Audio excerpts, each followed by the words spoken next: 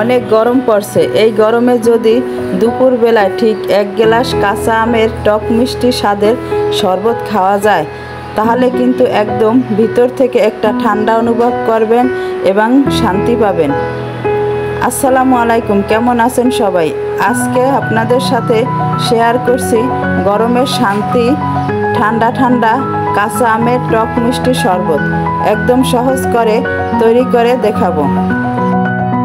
আমি এখানে 3টি কাঁচা আম নিয়েছি, মিডিয়াম সাইজের 3টি কাঁচা আম নিয়েছি।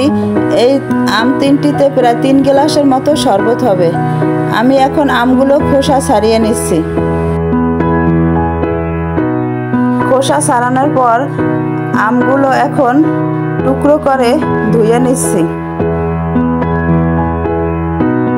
টুকরো আমগুলো এখন ফুটন্ত গরম পানিতে দিয়ে সিদ্ধ করে নিচ্ছি।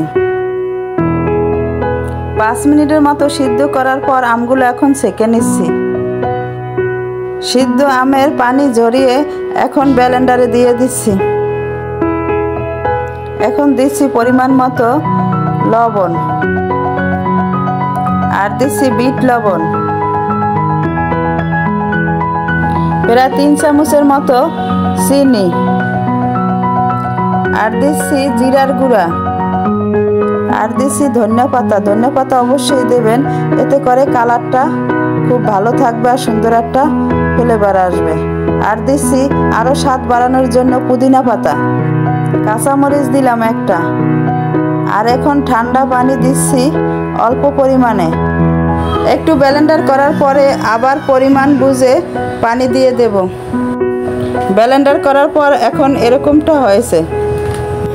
এখানে এখন আরও 1 কাপের মতো পানি অ্যাড করছি। এখন আবারও ব্লেন্ডার করে নিচ্ছি।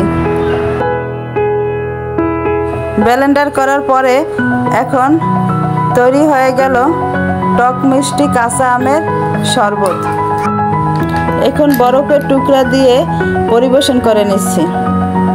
আশা করছি এই গরমে আপনি বাসায় একবার হলেও ট্রাই করবেন কাঁচা আমের টক মিষ্টি শরবত। কলিজা ঠান্ডা করার মতো এই কাঁচা আমের টক মিষ্টি শরবতটা অবশ্যই বাসায় ট্রাই করে দেখবেন। আশা করি ভালো লাগবে। আমার এই ভিডিওটি ভালো লেগে থাকলে তাহলে লাইক সাবস্ক্রাইব করে আমার পাশে থাকবেন।